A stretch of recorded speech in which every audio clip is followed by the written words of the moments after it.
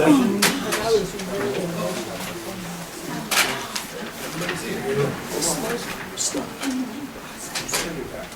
I'd like to ask for approval of the minutes for utility board meeting November 14th, 2016.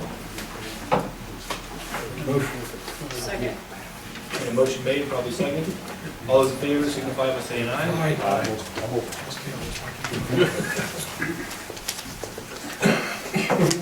Of claims and meeting document. Make a motion to move the claims to the regular board meeting.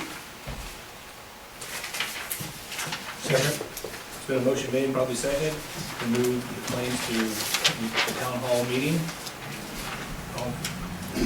All in favor signify by saying aye. Aye. All opposed? Adjustment report.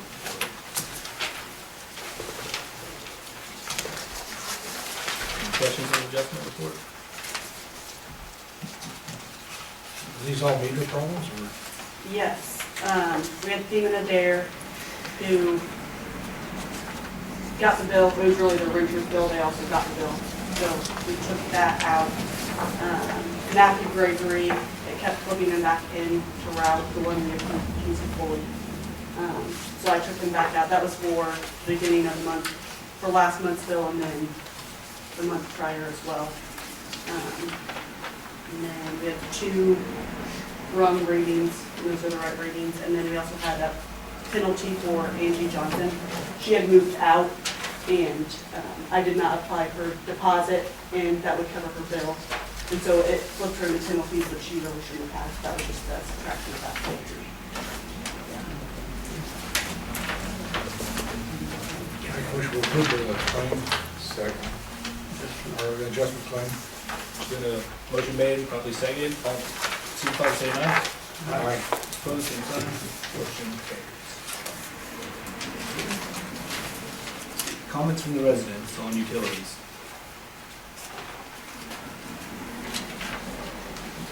Okay. Clerk treasurer report.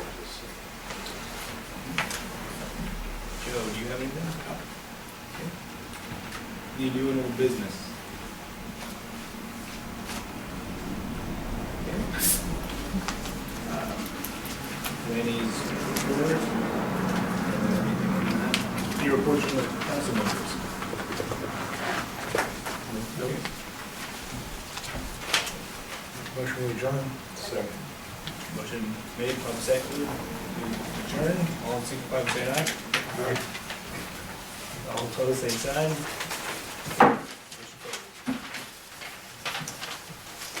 Dayton Town board meeting come to order. Any questions on the minutes?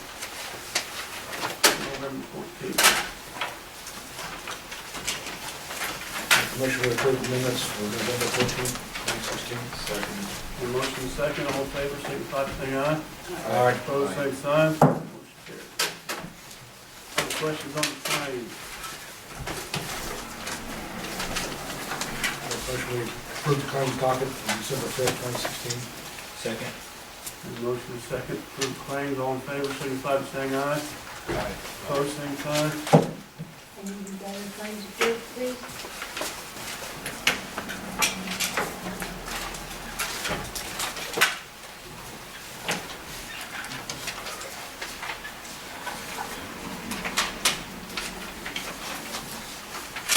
Are these other claims in the regular claim docket?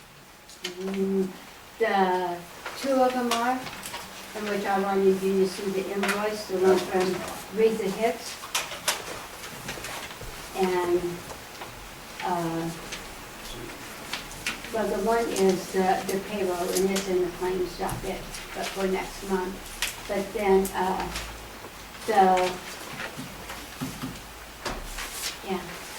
the one from Fuller Brothers, that needs your guys' approval.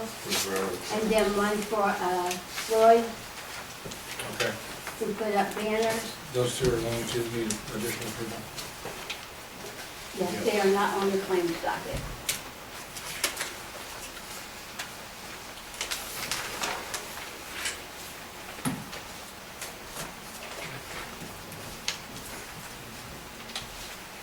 Okay, Fuller Brothers first.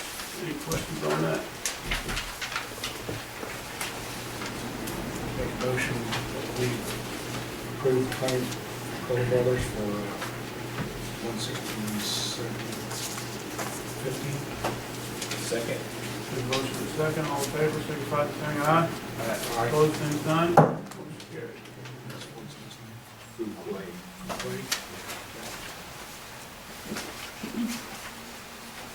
Any questions on Floyd hanging the banner? Repairing broken brackets. Make motion that we approve Floyd's claim for $180. Second. There's a motion and a second, all in favor, signify by saying aye. Aye. Opposed, same sign. Motion carried. Allowance docket. Make a motion that we approve the allowance docket for the month of November 2016. There's a motion and a second, all in favor, signify by saying aye. Aye. Opposed, same sign. Appropriations report. Any questions on that? Make a motion to approve the appropriations report for the month of November 2016. Second. There's a motion and a second, all in favor, signify by saying aye. Opposed, same sign. Motion carried. Revenue report.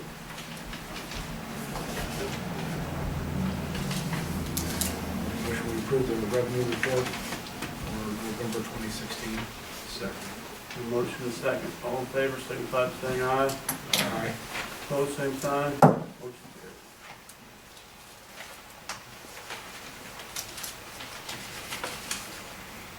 Says comments from the residents, but all right with everybody. Doesn't make much sense to have it in the middle of the meeting before we get done, so if we can move it to the end, you guys can have, remind me. Something like that, move from now on.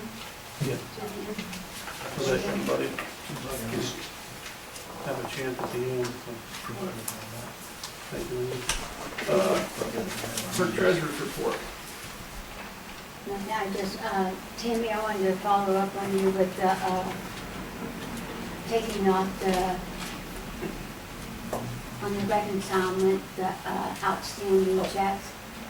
And we may remove our meter deposits, but we cannot for 7 years unless we send it to unclaimed Indiana or Indiana unclaimed. But other than that, we have to keep them for 7 years. And so I'm going to check into that unclaimed and see what we have to do to get new kids there. And that's it. You're welcome. Joe, you have anything? I handed, excuse me, an ordinance, which I think you have in your packet, having to do with, in addition to the zoning ordinance. This is the one on, that we talked about at the last meeting, on the form-based zoning. And Mike has it in his hand, and that needs to be passed tonight, and I think the clerk has already given it a number. Did we decide it's number 9? Yes. So it's number 9, so that goes with the explanation that I gave you last month. You told me last month to get all the backup paper to go with it, so that when we codify, we've got it properly done, and that's what's in Mike's hand right now. And quite candidly, it's not likely to ever happen in Dayton. It's just another one of those kind of things. Zoning and subdivision ordinance. The unified idea makes everybody look at it and pass it so that the ordinance can stay kind of unified. So on that one, the appropriate thing to do is to move to approve 2016-9. Next zoning ordinance, so you would have months to get. Is that the one that was on the historical site? Yeah, the centennial stuff. Okay. You're right. I make a motion that we approve amendment number 87. And that becomes the Town of Dayton Ordinance 2016-9. That's correct. Second. We have a motion and a second, all in favor, signify by saying aye. Opposed, same sign. And if you want some humor, they said that was Amendment 87 to the zoning ordinance. And I'll get Mr. Teeter to comment on whether or not when we passed that ordinance, we were told how perfect it was. Is that a fair shot, I Dan? think so, Joe. The 87 amendments to a perfect ordinance. Well, and many more, unfortunately. Oh, okay. So that's all I have.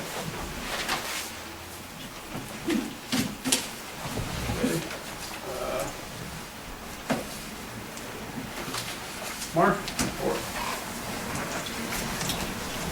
I'm sorry, excuse me. I'll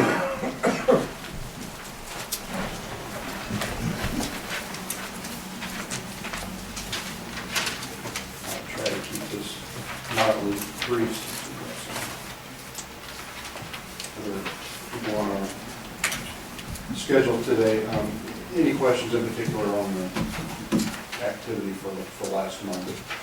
Specific crime or something that was brought to your attention or that you have concerns over? Just the stuff on Facebook of people saying there's crime, more crime, or You know, that kind of leads into number two. There were two posts that I could find on the unofficial County Dayton Facebook page. One was in regards to some Coca-Cola that was thrown on a vehicle, and that was one thread. There were a couple of people speculating of why there was rampant crime based on the Coca-Cola being thrown in the vehicle. The other one was a vehicle, someone described their vehicle as being, their topper was pried open, the door had pry marks or something of that nature. And that prompted another group of threads and posts in regards to why the crime was rampant. In particular, those two posts, those people that originated those did not contact the police about whatever activity that was about, so no investigation was made. No criminal mischief or vandalism or suspicious juveniles or trespassing, nothing of that nature was generated from those two complaints. As you can see from the criminal activity last month, there were basically no criminal mischief things reported in those areas. So, I was actually the one that made that post. okay. Would you like to say something? I would. It's been more than just, and actually I told my husband to contact you. It was his truck.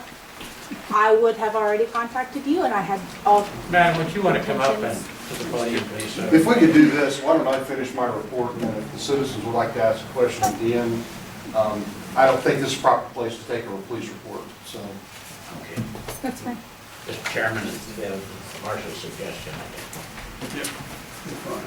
Okay, so neither one of those incidents were reported to police, and based on the statistics and the crime that was reported last month, there has been no significant spike in criminal activity or criminal mischief in Deerfield or any other place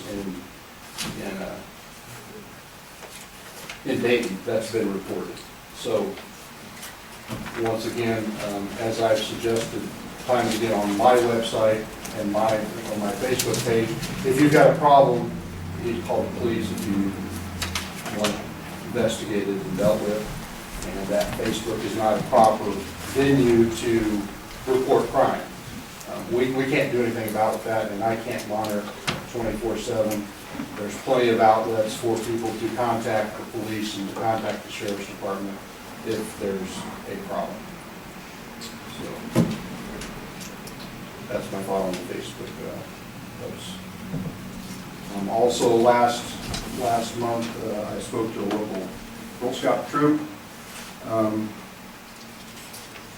Had to get new tires for the 2007 squad car. I decided to check with Perigo Motors to see what they had or if they could help us out, and they ended up replacing the tires, changing the oil, and fixing another minor repair for probably $250 less than what I could have. That's what I've been paying in town. So I thought that would be beneficial to keep the business local when I could, where I could.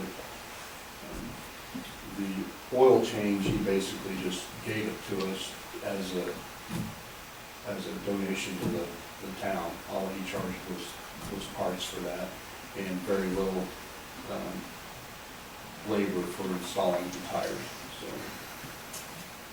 I thought that was positive. I received TASER recertification last month, and also received some active shooter training. I wanted to make a note on that I had active shooter training once before this year, but it was more of a lecture type setting that was included in our state mandates. This was more of a hands-on training with the local police departments, and if we would ever have a situation arrive, that's who I would be responding with, or who would be assisting me, or vice versa. So I felt that's why I attended that training, but it was totally free other than our time to go to that.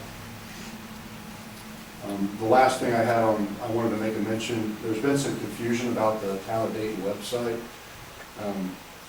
There was an email sent by Dave Weininger back in October asking for what the council's thoughts were of continuing the Town of Dayton website.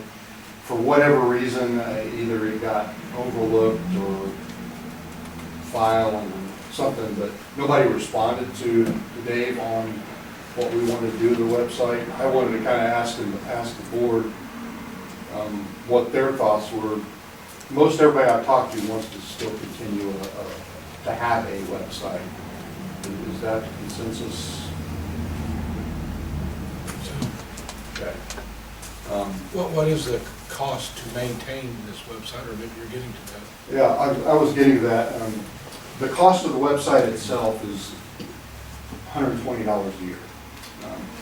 When I spoke to Dave, he said that he wanted to downplay that cost and say that, you know, he's been paying it and he's not going to turn any more bills in for that. He just wants to do it as a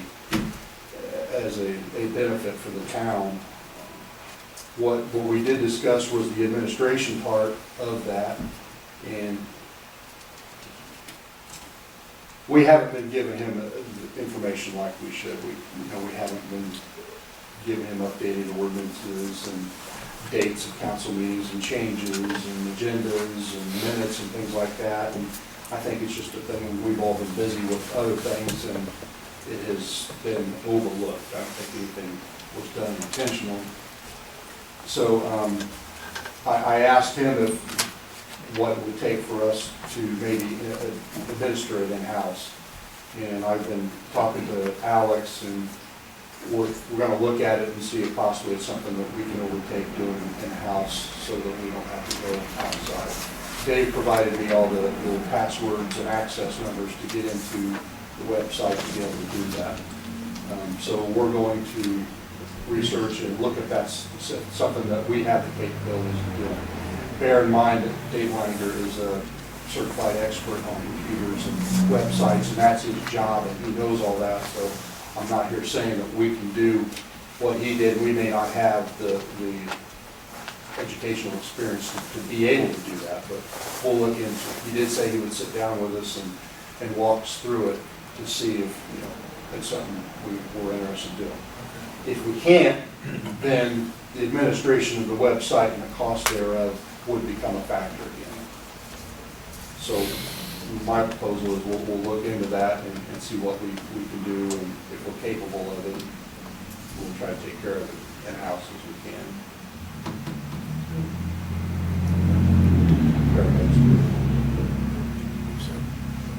All right.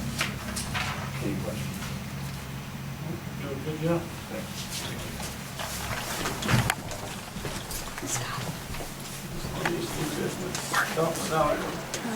They're going to have, after they're going to have comments.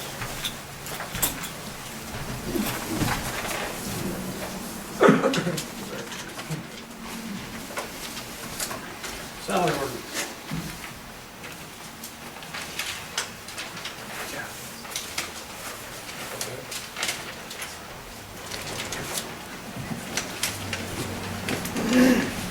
Everybody all right with the way it is?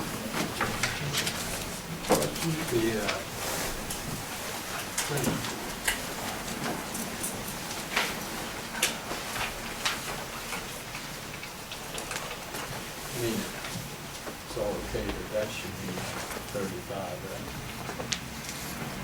got the 311, 67s together, it should be 30. Yeah, didn't add it like That that. should be 30.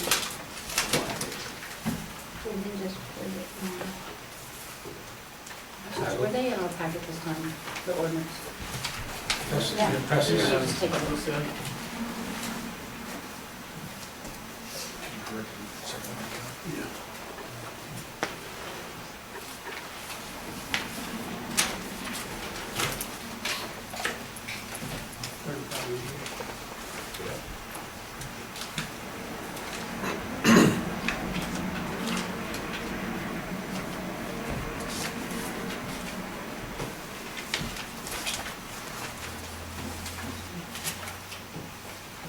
Make a motion, we approve the salary ordinance for 2016-8.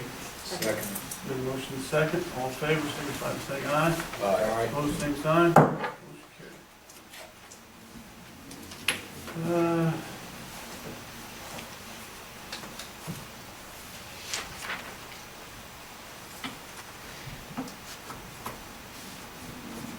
guess we'll do comments from the residents. Mrs. Kaminsky had something? I don't know.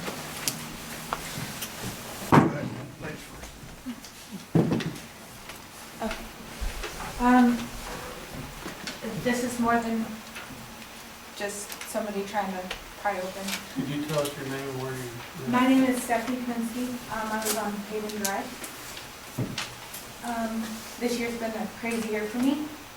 Began with basically a head-on collision and a man dying. I've been in rehab, da da da da. It gets worse with, I've had tire slashings. I've had people knocking on my door. Nobody's there. Those have been reported. The tire slashings happened twice.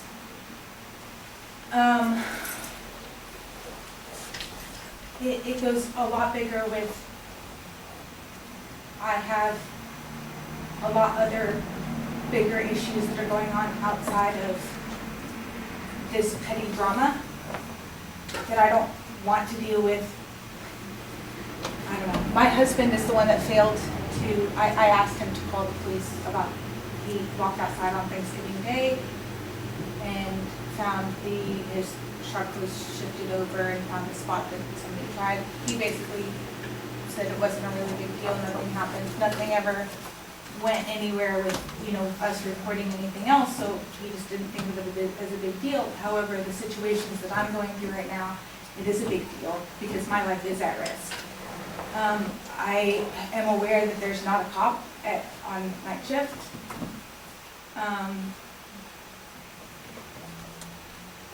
It just is kind of, crime has increased. I didn't have any of this problem last year, none. And I feel like it's just increased over this year, and I just don't know, I don't understand why. I don't know what's changed. I don't really have any enemies. I don't have a poor relationship with the police, and nor do I blame them, and nor do I blame anybody else other than the petty people that are doing stupid things. I don't even know what I want out of this. I just want it to be recognized that there is crime going on. And that's pretty much all I have to say. Thank you. Thank you for letting us know. And you, Scott, you'll get with her later. I thought you were calling up to Stan Marshall, sorry. Sure. Yes, sir. Okay, now you, Scott.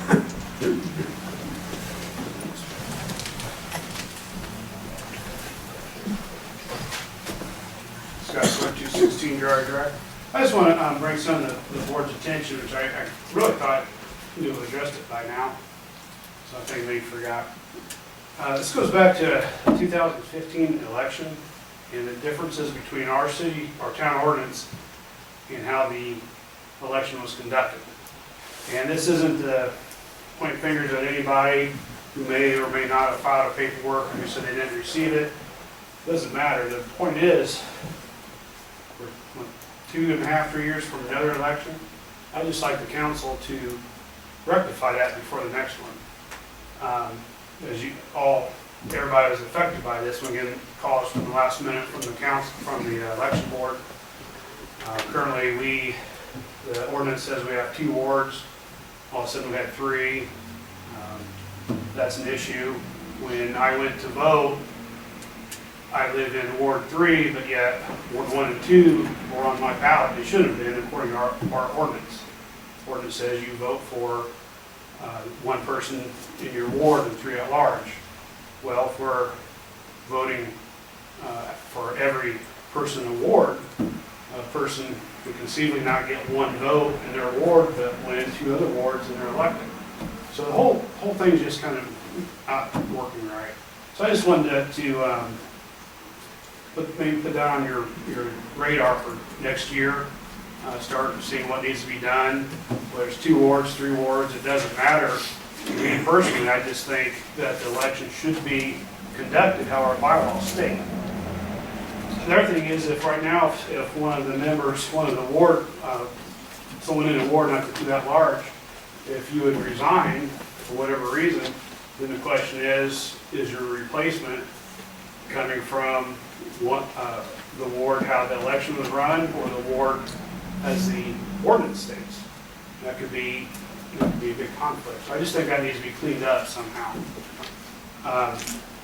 Next thing, I wasn't planning on speaking on this until the president moved the comments to the bottom of the agenda, which I think that's what it should be.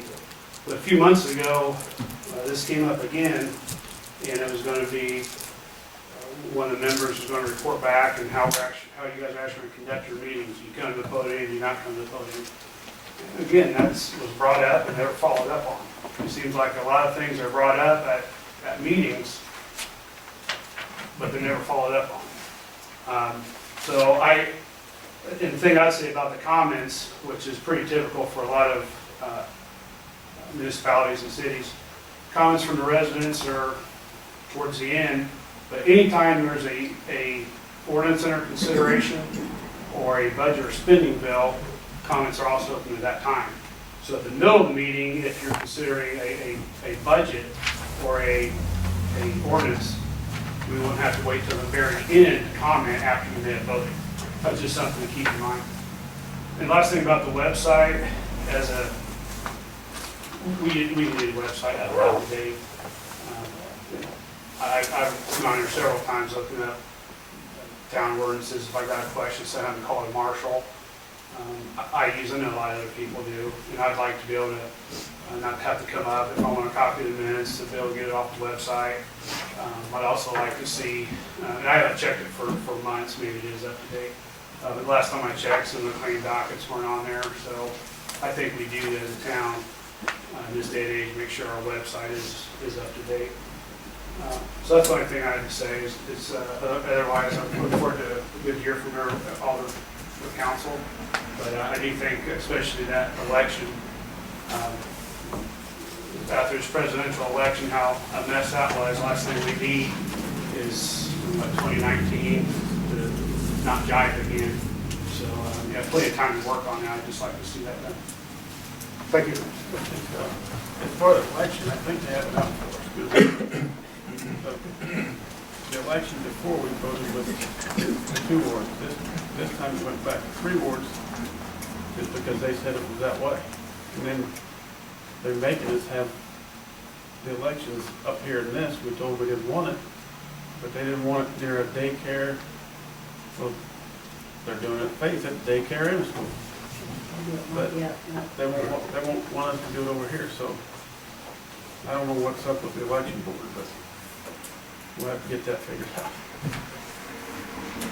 Anybody else have comments? No? Annexation, development for annexation, Mr. Connor, Mr. Teeter. Thank you. Members of the board, thank you for putting me on the agenda tonight. I appreciate it. For the record, my name is Dan Teeter. I'm an attorney with Riley, Teeter, and Schreier. I represent an entity called M&C Development. That's Greg Malakas and Steve Connors, who are the owners and the future developers for this project. We also have Pat Cunningham here tonight, he's with Western Associates. He would be the engineer and the surveyor on the project. We're all here. They'd be happy to respond to any questions that you might have of them. Wanted to tell the board that I reached out to Tyrone Taylor before this meeting. I see him frequently at the area plan, and he's on the area plan. He's also president, I think, of your utility board, so I thought it was appropriate to ask him some of the concerns or comments that you guys might have ahead of time, so I just wanted to let you know that I did that. My clients have a binding offer to purchase a 55-acre tract of ground. It's south of the Methodist Church. It's on the east side of Dayton Road. We want to rezone this. It's presently AW. We want to rezone it to R1. If we would proceed with the rezoning request, we would be heard by the APC on January 18th of next year at 6 p.m. That's a public hearing. From that, we then would go to the county commissioners, and that would be heard on February 6th of 17 at 10 a.m. Again, that's a public hearing. Upon approval of that rezone, if that occurred, then we would have a subdivision petition that we would file. We could go before area plan commission on that. That too would be a public hearing. With that subdivision, we would have utility plans, drainage plans, input from your police and fire, county's police and fire as well. The drainage plans would go before the drainage board, and again, that's a public meeting. And then on approval of all that, we would have a final detailed plan that we would file with the resolution of the area plan commission, and then we would seek annexation from the town of Dayton. We would be more than happy to provide a waiver of that so that you could do that at any time that you wanted to, but that would be kind of the procedure we're looking at. I know one of the comments was we ought to have some public meetings on this, and that's why I went through this to show you that we would have a minimum 5 public meetings for this particular process. With that being said, if the town would like to have a public meeting, we're happy to attend. You tell us the time and the place, and we would be more than happy to be there and present our case for them. I think the threshold question for the board is how should this land be developed? Your land use plan calls for it to be residential. It's becoming urbanized. Now, obviously, the inner part of the city is urbanized because you now have water and sewer. If that was annexed, it would become urbanized as well.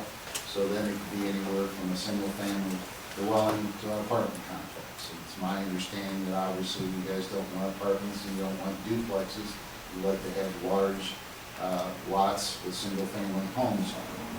And we're more than happy, and that's what we want to present to you tonight.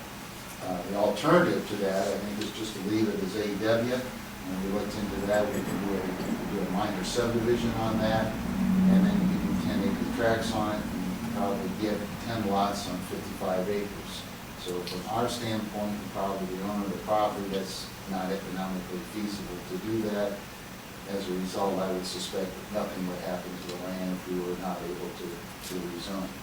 So from that, I've got some packets. And pass these out and kind of go through them.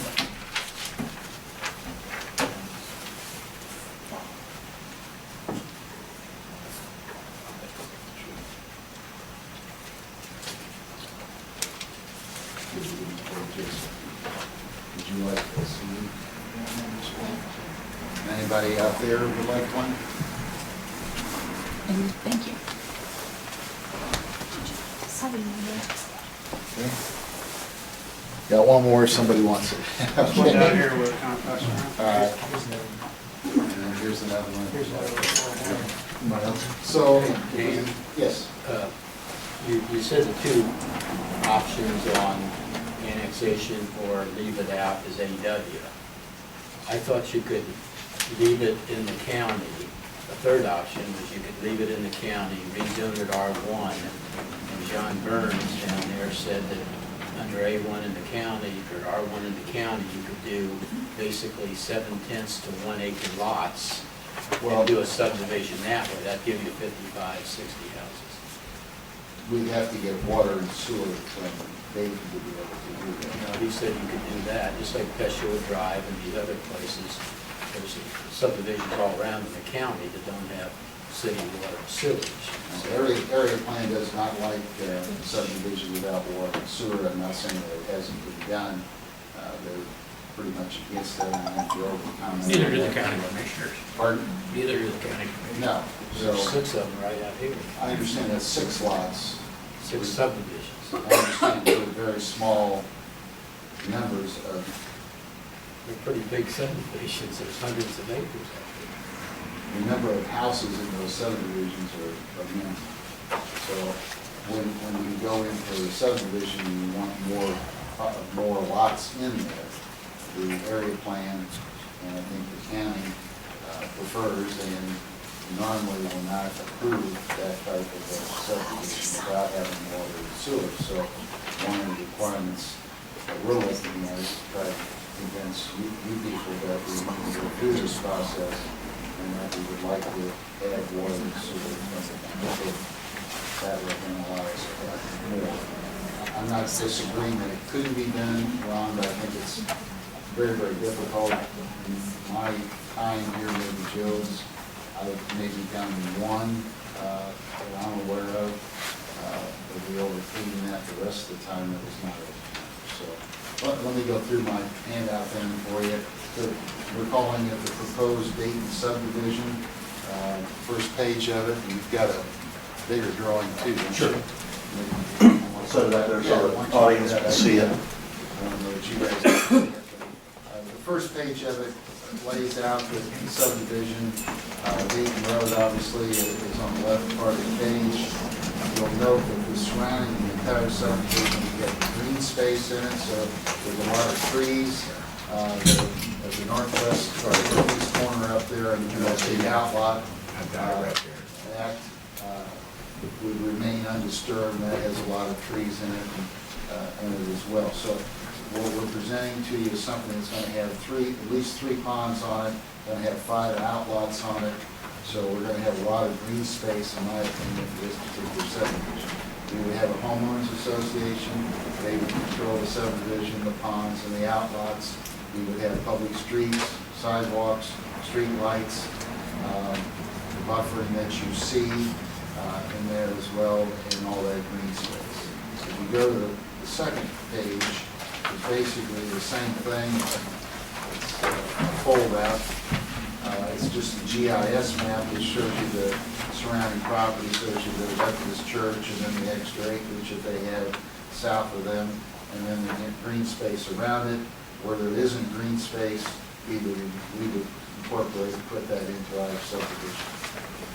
So then if you go to the third page, we try to lay out for you the site data and analysis to show you the minimum required by an R1 and how we're exceeding that in all respects, in my opinion. So again, the property is zoned AW. Our proposed zoning is R1. In R1, the minimum lot area is 10,000 square feet. Our average lot area would be over 15,000 square feet, so much larger lots. The minimum lot width in R1 is 75. Ours would be a minimum average of 83. The maximum lot coverage by the buildings in R1 is 30%. Ours would go down to 25 because we would have much larger lots again. The vegetation coverage, the minimum in an R1 is 40%. We would propose 71%. So we're going to have, again, large lots, lots of green space, lots of outlots, which adds to that as well. On the setback requirements, the side yards are 6 and 6, but I would suspect because we have the larger lots, our side yard setbacks would be larger than that, or would be more distance between the houses. The front yard setback, R1 and minimum is 25. We would propose 40. We've got larger lots, so a nicer setback for people with their homes. The rear yard setback, minimum is 25. We're showing on there 25, but again, as the large lots, I think ours would be deeper than that. And then the accessory building and the maximum height is the same for both of them, basically. So our area of landscape coverage is 2.5 acres. Our pond coverage is 2.7 acres. Again, a lot of green space. The next two sections talk about a total number of lots. And the first would be our proposal, which is 110 lots. is what we're proposing. Our lot size would be an average of 83 feet wide by 182 feet deep. That comes to 2 lots to the acre. Under a minimum that you have to do in a R1, we could come up with 150 lots. So we're going to be 40 lots less than what you see in a lot of these subdivisions. And the normal lot width for a subdivision is 75 by 133. So we're going to exceed that as well. Plus, the lots could be, it's about 2.7 lots to the acre is what you look at in a normal R1 subdivision. Again, we're going to have the homeowners association. Somebody asked about public playgrounds. I think we can provide a playground for the people in there, for their children. I don't think it's possible or it's very difficult for us to provide one for the town of Dayton. The insurance on that, I think, would be very difficult. I guess we could look at giving some of the land to the town of Dayton for a park if that's what they wanted. We can talk about that as well. Also, they talked about the traffic light. Because we come off of the state, or the county road, we don't come off of the state road. So we have no input as to a light at the state road intersection, 38 and Dayton Road. We can't do anything about that. That's based upon warrants as our subdivision will develop. I'm thinking it's going to take 5 to 10 years to fully develop that. Those warrants would change, and it probably has some likelihood that at some point in the future, a light could be put in. But I don't think just day one that we did this, any of the warrants would be fulfilled. The next 2 pages show you just kind of typical houses. Greg came up with these. I think these are some that he's done. 2 stories, 3-car garages, stone or brick on the front of them. I think they look nice. Minimum of 2,500 square feet with 2 stories, so they're going to be more than that. 3,000 maybe, I don't know. 2-story. 2-story by 3,000 square foot, so very nice sized houses that we're looking at. So then if you go back to the revenue section of it, and I'm chuckling because every place I went, I told Ron this before the meeting, I went to the assessor and went all over to get a little more information on this. Well, Ron Kohler was here just before you, so tough keeping up with it.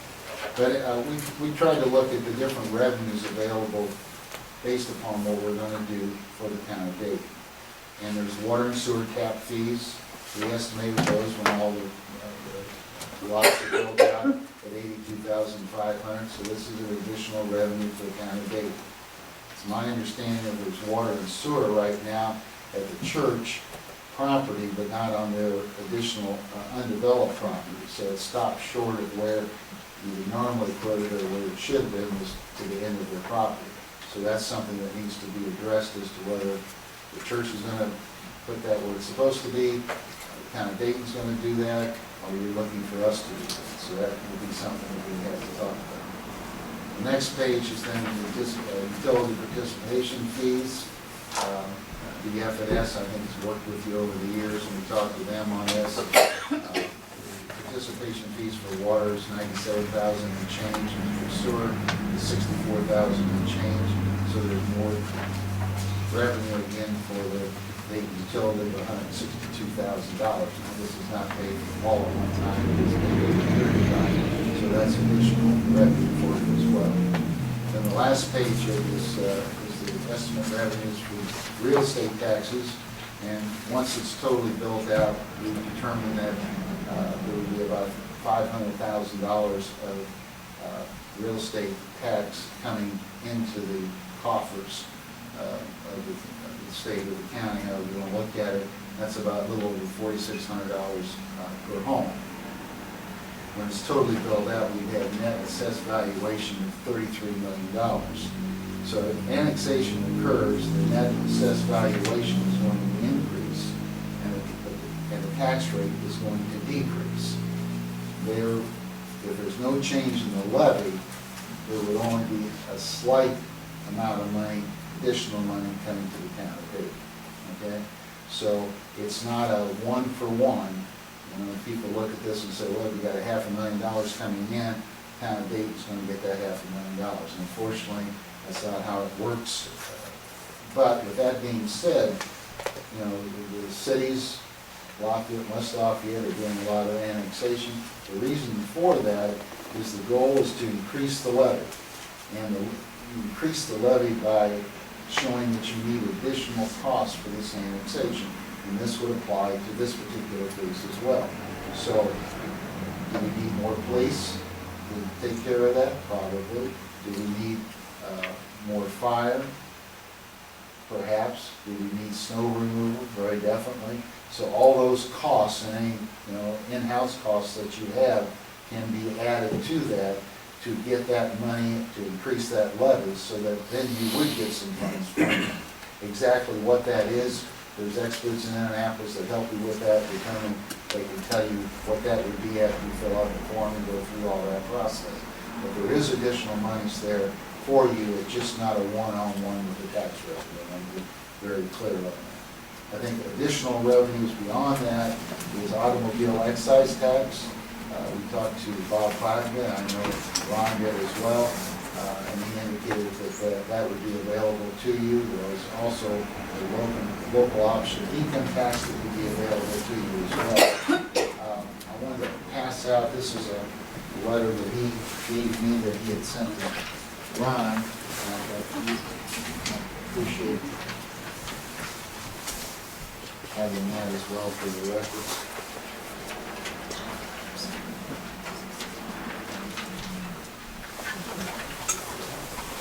And you can read over that in your leisure as well. So to me, I think that's part of the equation for the revenues. I think the other part of the revenue equation is that you've got 110 families potentially that will come into this subdivision. And they're going to generate income for all your local businesses. So there's an additional revenue for you. You've got 110 families that are going to pay water and sewage bills to the town of Dayton. There's additional revenues for you. And I think those homes that are going to be built in the 300,000 plus range are going to help maintain the value of the other homes in Dayton as well. So I think that's a positive. So the two aspects that I see of this annexation is the economic feasibility of it. And I think it is economically feasible. I think it works for the town. I think it can work for the developers as well. And I think it does add to the quality of life. I compare this subdivision we're doing with the amenities and how they're doing it to Winding Creek. It's very similar to that. The terrain is totally different. But we've got large houses on very large lots. And that's a beautiful subdivision. I think this would be a beautiful subdivision too. So we're going to generate money for Dayton and its businesses. I would submit to you that the 110 homes with a fair market value is $300,000, but it's going to affect the quality of life in Dayton in a positive way. So with that, I'd be happy to answer any questions. Parties are here that would be happy to respond as well. Thank you. Will there be covenants in place to support the $300,000? Yes, we're going to have to, we would do covenants, we would have to do a homeowners association, and that would entail that there would be some fees to these people because the subdivision ordinance is going to require that those ponds be maintained and other things that we would do in the common area within that subdivision. So, yes, that would be set up, that would be one of the requirements of the subdivision, that process that we would go through. One problem that this town has experienced within the past subdivisions is, you know, there's covenants put in place, and as soon as the builder leaves, the homeowners association basically goes defunct, and you know, all of a sudden we have things happen that are against covenants, you know, storage barns, you know, mini barns, and other things. And I understand that, and I've seen that happen on some. I think with this entry price that we have here, which is a higher one, I've had less problems with that. That seems to have more problems with it when you have an entry-level home, and that those people can't afford to pay. You know, the developer will come in on the CP board that we had years ago, promising all these wonderful things, and but the homeowner was gonna pay for it. They were entry-level homes, and the homeowner couldn't afford to pay for it, so it didn't work. I think this is a different case where you've got not entry-level homes, you've got higher-priced homes where people can afford to pay, and they want certain things, and I think they will pay to see what those are done. So I agree with you, but I think it applies more to a different entry level than it does to what we're going to do here.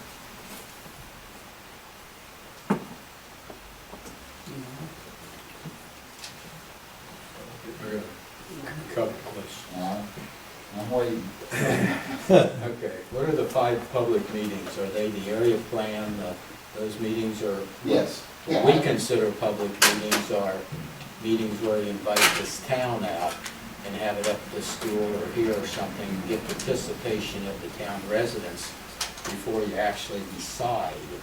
Which we had one of those in the spring, we decided different size lots. We have no Like you're problem. proposing. We have no problem. I'm just laying out for you that when we go through this process, there is going to be a lot of public meetings, and the public is welcome to come to it. We normally, with a rezoning, do adjoining property owner notice. We could expand that to 500 feet versus just adjoining to add more to it. I guess I'm looking to the board to say, if you want a meeting with the town, set it up, we'll come, you know, because I don't know how else to do that. I think it really needs to come from Jill the board. Jill has told us before that you guys need to do that, and do your due diligence and set those up. Now, Well, that we can changes, set it up, I but don't it's hard to get, you know, how are we gonna get notice to everybody in the town of Dayton? You know, I'm not really excited about sending a letter, certified mail letter to everybody, and we're talking thousands of dollars for that. I'm happy to go to a meeting here or wherever you want, We discussed having the developer get a room over at the school. okay? Secondly, we send water bills to everybody in town that's on the water bill. You can put the notice in a water bill. That'd be Can't you, not a problem. Lena? Put it up here in the town hall and put it in the post office. We put them in the post office, which is one of the modes of communication out here. So there are those kinds of things, but the water bill is That sounds excellent, because I was struggling with. $3 a whack. I know what you were struggling with. Right, yeah, same thing you did, you tell me that all the time. Absolutely. So, yeah, Ron, that's not an issue, I mean, that's fine. And I think, you know, obviously it's a, you know, I've been here before, it's a big step for Dayton, and, Because your regular area plan meetings and stuff, and those ones when you do rezoning, nobody really except the immediate few people around the housing addition don't really go to them a lot. And Dayton this council needs to sort of listen to more residents from Dayton on what it seems like you talk to people every other day, and 5 of them in a row say, I love my little town, why do we even want housing? The next one say, well, it might be good for Dayton. You know, you get a lot of different opinions, so I think we and you need to talk to the residents. I'd be happy to give the same kind of presentation to the director, that's And fine. I like what you're doing. I think there's going to be a subdivision. I think if you could do a quality one with $300,000 houses, I think that's fantastic, because the thing is you keep them above the limit to where you can't buy them and rent them out. Right. That's the key of what we've had. What We have some of the problems we've had. 150 houses for rent in town. I understand. So they're cheaper ones and everything, but what ensures the town that you will, if the town goes along with it, what ensures that you will put $300,000 houses? We talked about a square footage house, like 2,500 square foot.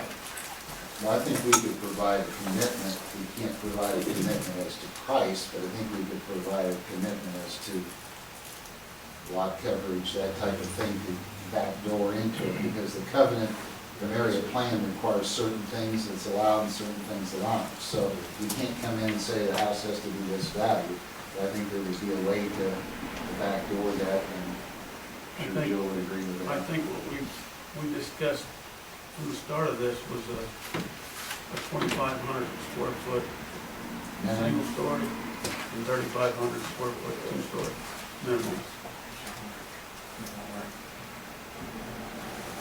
That won't work. 2,500 square foot, single story can't work. That'd be so that'd big a half- that you couldn't That'd be a fit it on huge, that that'd be a lot. giant, very, very expensive house. You know, if there's a 2,500, 23 to 2,500 square foot two-story, okay, but if it's a single story, it just spreads it out that much, and you're talking about a very expensive house. What price you done? That kind of house with these lots, you're probably pushing 400,000 to 500,000. That's just what we want. I went around to 5 or 6 subdivisions today, and it was pretty interesting. Actually got excited on some of these, like the orchards on the west side was fantastic. Scott, the one out Concord, what was that? Roberts Ridge? Yeah. That was nice. But they looked at me like, and I called some of the houses that were for sale to see how much they were, and a lot of them were 285 to 339 or so. But a lot of those were around 2,500 to 3,000 square foot, but they were two-story, and they were pretty large houses. I mean, It's a lot easier to build that price range when you have a two-story. yeah. I absolutely agree So with a we'll- two-story. A minimum 2,500, You should be safe then. no matter single, two-story. For a two-story. Now, Roberts Ridge, and that's Warren. You did the one on the south side of the county road there, and you started the one on the north side of it. Those are much smaller lots than what we're proposing. Nice homes in there, basically what we're proposing home-wise as well. So I think, again, I go back to Winding Creek. Again, it's not the same topography by any means, and those houses are probably even bigger. But I think that we can give you a quality subdivision here that's going to exceed Roberts Ridge, and I think it will equal or exceed Orchard Heights, or is it Orchard Heights or Orchard? The orchard, The Orchards. 1 mile out Kovich west is- on yeah, Kovich is 26, that. Kovich is Yeah. Comart. And they've got some, I think, planned development, I think they have some condos in there, as I recall, so they've got a mixture of different things. And we're looking at saying, no, just all R1. But the thing about that mix, you had bus stops in there, you had a lot of several ponding, and he had a lot of elevations in the land Right. compared to a flat piece of land. So that's why we wanted to put these ponds in to give some contour to it, but it's harder on a flat piece of ground when you've got Winding Creek or the Orchards to look at, because it's a different, totally different type of site. What, if you built, you showed 2 houses here, and they look pretty nice. Yeah, why don't you come up and let's talk about the houses a little bit. What size houses are these really? They're about 24 to 2,500 square feet. The one looks like Yeah. Ashley's, and the other And what are they priced at? If they're on a slab foundation, they're probably 295 to 300. And if they're on a basement? If they're on a basement, they're gonna be probably 350. So you guys doing slabs or basically? So, So if you were doing a one story, then how many square feet would that be? you know, if you're doing a single story though, you know, because there are a lot of people that don't want a two-story, okay, or just, you can't afford it. You know, if you have a two-story, you know, on a basement, you know, you're talking, you know, 340, 350 probably with that size house. That house on a slab, like I said, is probably right at 300, maybe just a little under 300, kind of like what you were seeing at Roberts Ridge. But then you're gonna have some people that don't want a two-story house, they want a ranch. And naturally, a ranch, you're not gonna build that many square feet because it just spreads it out so much, it gets very expensive. And a lot of the houses I built in Rainy Brook, the reserve for the empty nester type people who, a lot of them are you know, moving down from the family house because they're empty nesters. They don't want that much square footage, but we're building really nice houses for them. I'm building a lot of houses that are 2,000 to 2,200 square feet, and they range anywhere from 280 to 340 Okay, so for about 2,000 to 2,200 square feet on a That's ranch, good. a nice ranch. Did the town sets up a square footage, and we'd already set it up at 2,500 square foot, but whatever they set it up at, how do you guarantee that half that 2,500 square foot won't be down in the ground that you don't see, so you really look at a It 12. doesn't include the basement. It Okay. doesn't include the basement. The covenants will, those restrictions will be in the covenants. I think for this to work for us and for you guys, having been here before, I think we have to have transparency. So my thought will be that you have your public meeting, but then when we go to the area plan, I'm going to provide you with what was supplying, giving area plan, and review the covenants. I'll pick a point person here, maybe it's Tyrone because he's at that board. I will pass all those on so that you guys know exactly what we know, and if you have a comment, you obviously know how to get a hold of it. So I think we want to do it a little different than what you've seen in the past, just because of the problems that we've had, that you've had with some of these other areas. And I think that assures us we know what we're doing, and then you do as well. So is yours a plan then? Would it be a planned development that gets okay? I don't think a planned development, I've done a couple of those for subdivisions, that just doesn't. Okay, how do you, if it's not a planned development, I always thought the planned developments were the absolute guarantee that the people, the owner of the property or the town got what they wanted. If it's not planned, and you go in there, how do you assure that you're going to do all these things when it's not a planned development? We could rezone the land, or nobody could fight it, and you could go down there and all of a sudden change your mind on some of the stuff. It's not a planned development. I think we can give you commitments to satisfy you on that. Legal commitments that would be binding. Sure. Because in the past, the old commitments weren't binding, so. Yeah, it's just a planned development, and I'll rely on Joe too, they're painful. It's just extremely costly, and then, you have to talk about how it's gonna work on the outside. Well, you're gonna want a little flexibility there, because it's gonna take 5 or 10 years to develop it, and after that, you're the homeowner, you may wanna make a change down the road, planned development, you may not be able to make that change. So I think it takes away from the homeowner. It works really good on the apartments and those things. I do a lot of that with those type of issues, but with a single family subdivision, it's just not working very well. Okay, but the homeowners association is in a sense like a plan. Whatever the Orchards has on the west side, they're supposed to be giving us all their plots and how they do it, and all their commitments and covenants and everything. But they have it so tied up, it's a gorgeous addition. And when I was in a lot of them today, they're all the square footage of houses, and they look like big squares next to each other. Some of them got 2-story, the whole front is garages, where you don't have a house, it's all garage doors. You go out to the Orchard, everybody go out there, it's just a really, it's like a mini Capilano out by the lake, it's a miniature. They've asked us to look at their covenants right now, when the editing office, so I'm happy to take a look at those and supply them to these guys. And if the town had those kind of covenants between the homeowners, between the lawyers, town, whatever, that'd be great. The key is, like Ashley said, the 2 subdivisions in this town, one thing was said about them, and they didn't turn out that way. So, in the old board, the new board, a lot of them, I think, some people have a bad taste and some don't. I understand that. And it's real critical what happens out there. Yeah, who's building the houses, though? Are you gonna, Steve was gonna build originally a lot of them, and then you turned it down and said about 25%. Are you gonna build 2 of them and then just sell the lots out, or what are you gonna do? I think the majority of them they will be built between the 2 of us, but then there'll be other builders that we qualify that are nice, high-quality builders that would be approved to build in there as well.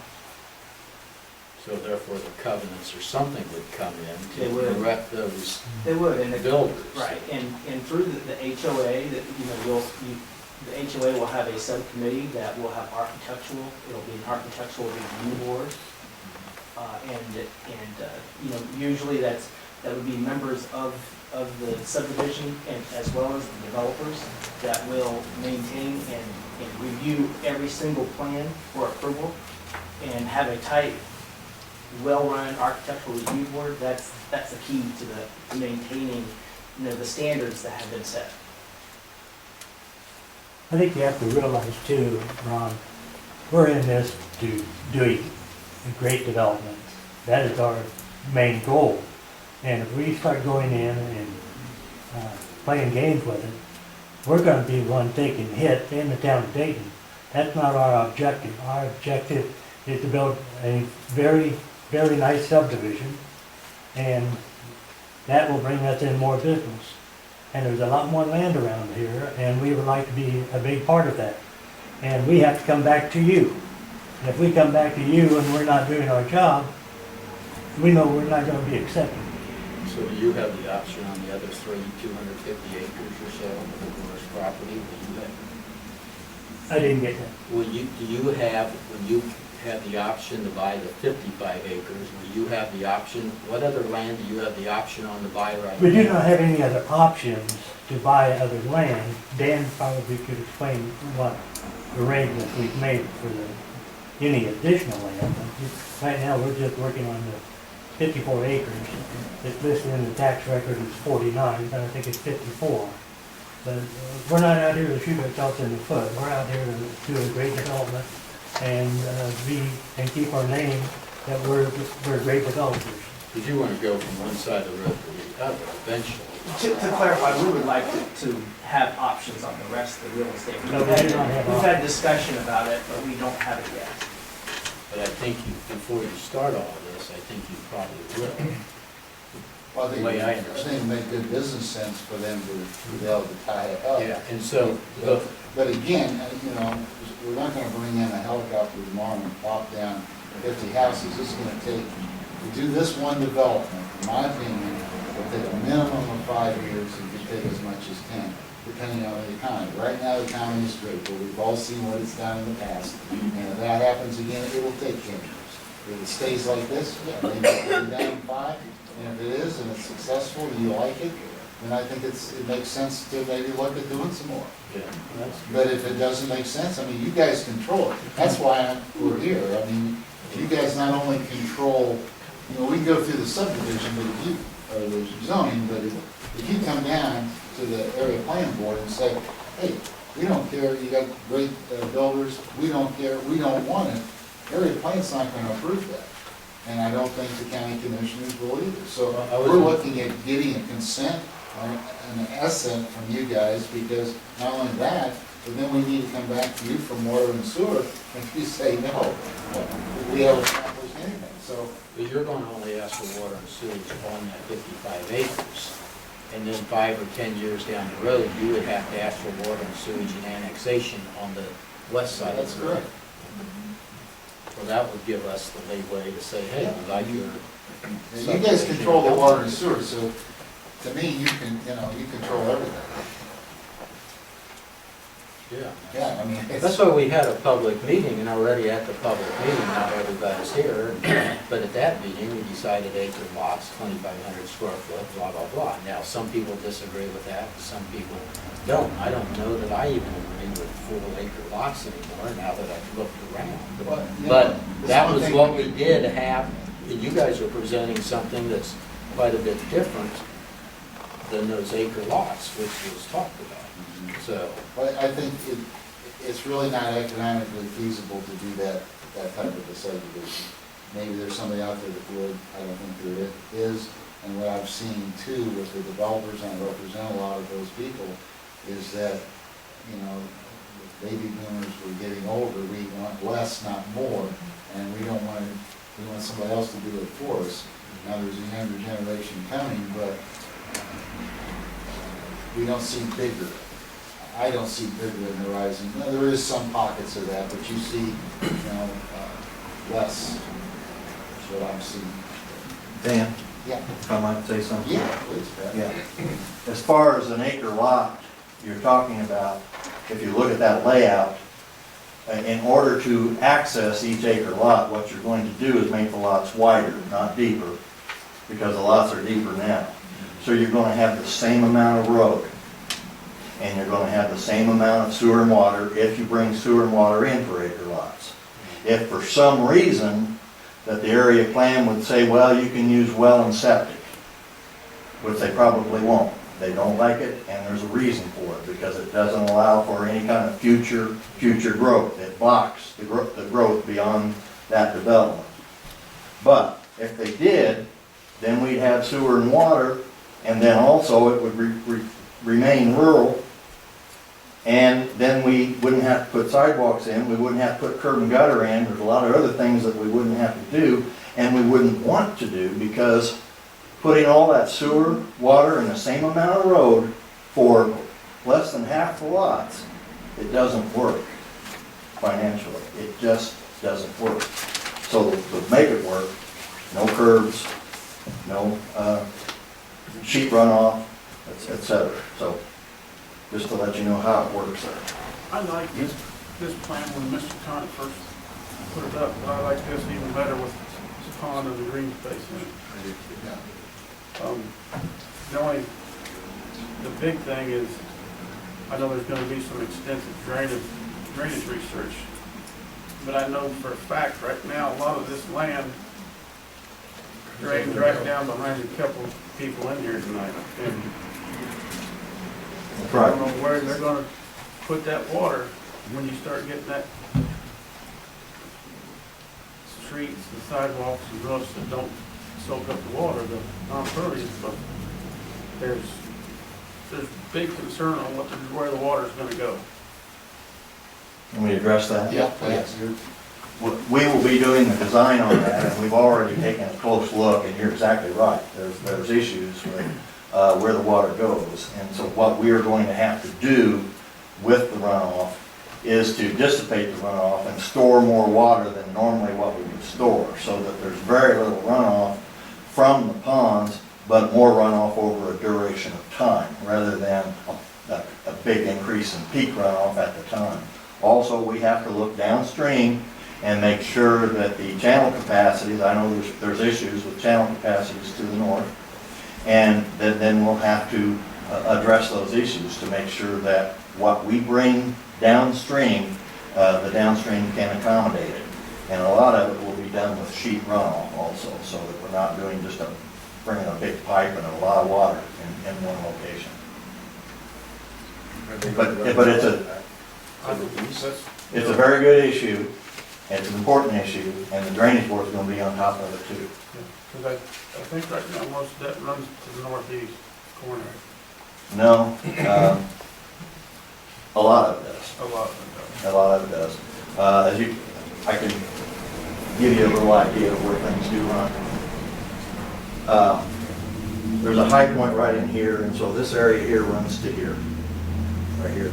This area runs to here, and then there's an area that takes off and runs this way, which will pick up and bring back to here, and then bring over here. So that's pretty much the way it runs at this point in time. And each area that we have to release is going to be critical, and we'll have to spend a lot of time working at making sure we satisfy the downstream landowners on all of that. The northeast landowners, myself and another couple here, and then there's the addition down over the hill off Adams Road. I mean, there is Right. water. There has been It's very flat. significant water problem down over Adams. It's very flat. Yeah. And we'll be utilizing, that's why you see this big green area here. We'll be utilizing that to help sheet runoff rather than. Well, isn't that all hillside and currently? No, the hillside's right in here, then there's an area right in there that's in the woods down below. Right. That joins the property owners off Adams Right. Road. Yeah. Right. And whatever we do there, we've got to satisfy the downstream owners. There's already, right now, without any building, there's already washout. And as it comes off that hill, it's already washed a 5-foot ditch. So wide, Right. just from the regular runoff. And there's been investments. And we'll have to address that in erosion control, and then we have to address it also in water quality control. There's been the development off Adams Road. I mean, they've taken some steps as far as drainage and, put in some drainage that goes on down to the Wildcat, I believe, to help themselves out. So I don't know if you're aware of that or not. Well, we might be helping them some more. Appreciate that. And the biggie, Dan, Yeah, my thought would be, based upon what I've heard here tonight, that we set up a public meeting and get input from all the citizens. And who do I work with to send to prepare a notice and give that to whom? Do I give that to Joe, or do I give that to? If it's gonna go out in the water bill, you give it to the county, the town clerk. We can take care of that. All right. Do you guys have a particular, is there a bad day or a good day? Do you want to do anything like that? We want to get it, When do the water bills go out? they go out in just a couple of days. sometime in January, I think most evenings are free for us, Okay. but I don't know what's the best day to Have to see what day it is. You guys wanted up here for the school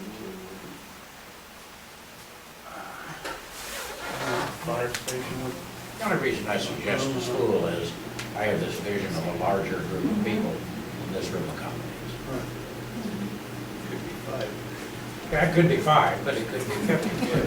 Yeah, I mean, I've had it over at the fire station before. I don't know if that's moved since I've had, but, you know, we had a number of people there and we were able to take care of that. But the school, I don't know. church, school, or Yeah, someplace where there's just a big meeting room where they can put up their drawings and their Have some handouts. training aids, that sort of Like stuff. a presentation and answer any questions. I mean, I think that's fair. And you guys or someone be there, but that makes your decision. You know about the firehouse?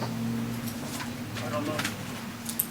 Do you think it's appropriate to have a meeting sometime between Christmas and New Year's?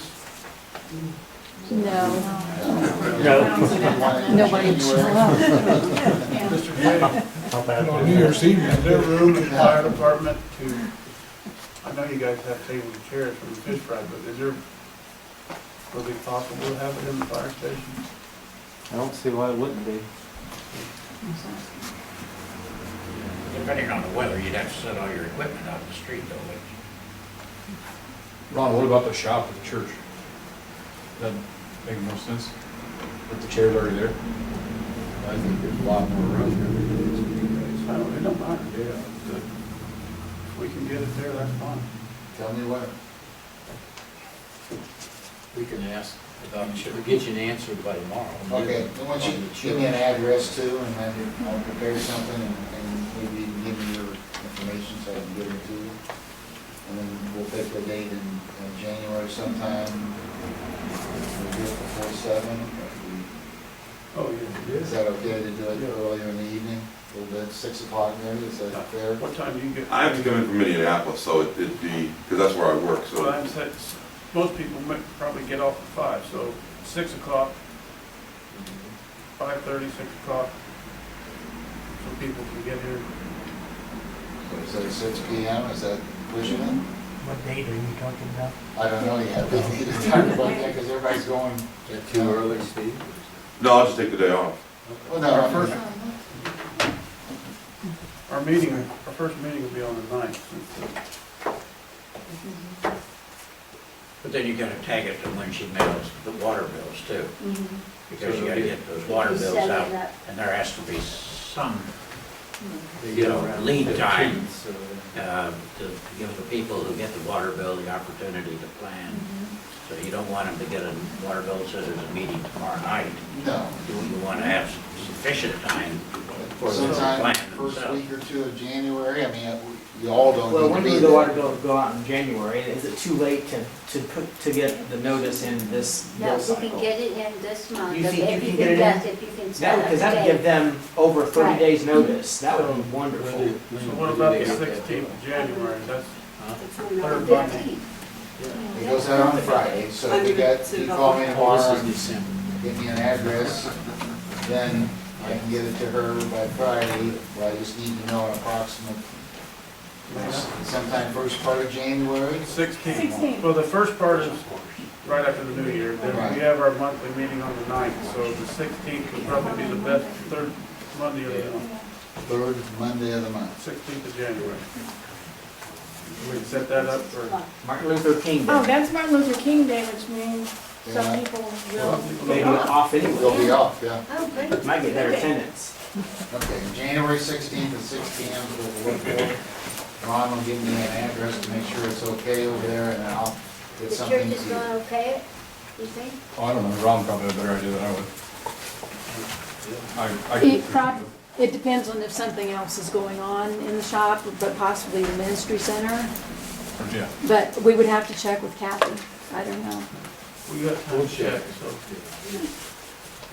That's when I like to go to Florida, so I just double bill these guys, they don't care at all, so I love this, keep it up.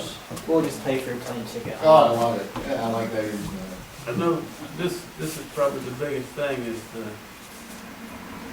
I don't know how the deal was made where the water and the sewer stopped before the church instead on the other side. Why did, like everybody else develops, they have to develop at the end of their In the property, property. I don't understand that either. How we're gonna get to there and who's gonna pay for it. May be the whole sticking point. Well, I think that's something we need to discuss. I think maybe try one hurdle at a time, perhaps. See if we get the threshold question answered. If we can, then maybe we can come back and give you guys a couple of proposals. Well, Mr. Teeters, let me ask you something. If that hadn't been carried on to the corner, like it should have been, would you have had to pay the church to connect? No. No. The general, I don't know if it's in the subdivision ordinance or not, I guess I'll rely on Joseph for that, but I thought it was that you're supposed to extend to the end of your property, or at least that's what they require. So, when we're dealing with area plan, that's what is required. That's the requirement. Right. That doesn't speak to who pays the bill. So that's subject to the negotiation when the water pipe was put in. And evidently there wasn't any here. No.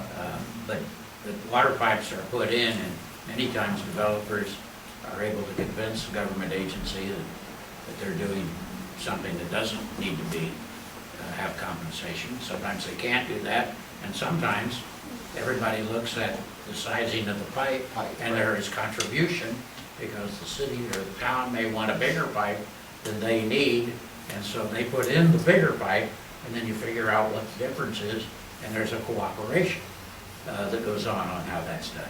If memory serves me correct, the reason the pipe doesn't go to the end of the church's property is because they did put in a bigger pipe, and that deal was made with the council at the time. They wouldn't go all the way to the end of the property line, but they would do bigger piping. I think those are all things we need to check out. I don't know the size of the pipe, don't know the distance for sure. But I think my thought would be to get over the threshold question. If we get over that, then some of these guys kind of work with Pat a little bit. They might have a history. Say, there's 2 or 3 different proposals, you guys live with one of these. Is that fair? Dan, and you might, if you have a kind of a good idea of the covenants that a subdivision might have, to share something like that, recognizing that it would be a first draft, because I hear these questions here, and so a set of covenants to show them what you can do in a set of covenants when you create the homeowners, even the architectural committee. Yeah, I can give you a draft set and kind of tweak it a little bit for some of the questions you asked as well, if that's acceptable with you guys. I think we can work one out. Thank you all very much, I appreciate the time. Thank you. I'll wait to hear from you in a moment. You have a COVID or something, family? Report to council. You already have money tonight. No, it doesn't. That they're pro bono. Are you looking at doing street work this spring, or the streets as a whole? Potentially repaving it. Trust improved drainage. Yeah. And I talked to Brian Smith at EFMS, expressing him that I'd like to meet with them, have them look at it without any obligation to the town, actually quote for more services. And then I'd come back to see the board's approval to You're EFMS north. I live at the end of to Prairie. engineer that, or Yeah, then we can do a plan B. yeah. I live there on the cul-de-sac, just down the street from you. Christmas, New Year's, I'll be meeting with them. The other road projects are just, grind and repave.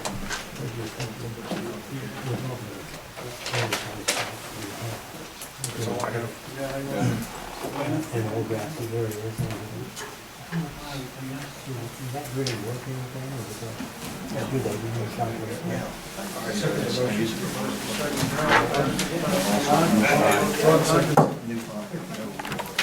Forward storage, so the stories there is we can.